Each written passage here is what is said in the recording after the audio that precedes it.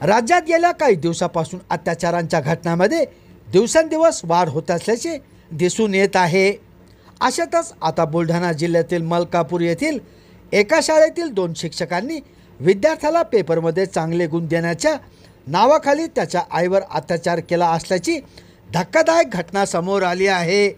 या घटनेमुळे सर्वत्र संताप व्यक्त केला जात असून शिक्षकी पेशाला काळिमा फासला गेला आहे।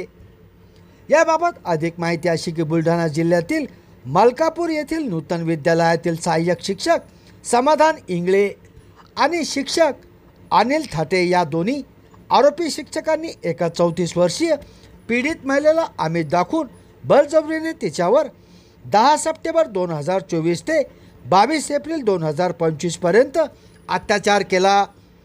तसेच दोघांना खुश ठेवले नाही तर तिला आणि त्याच्या मुलाला जीवे मारण्याची धमकी सुद्धा दिली।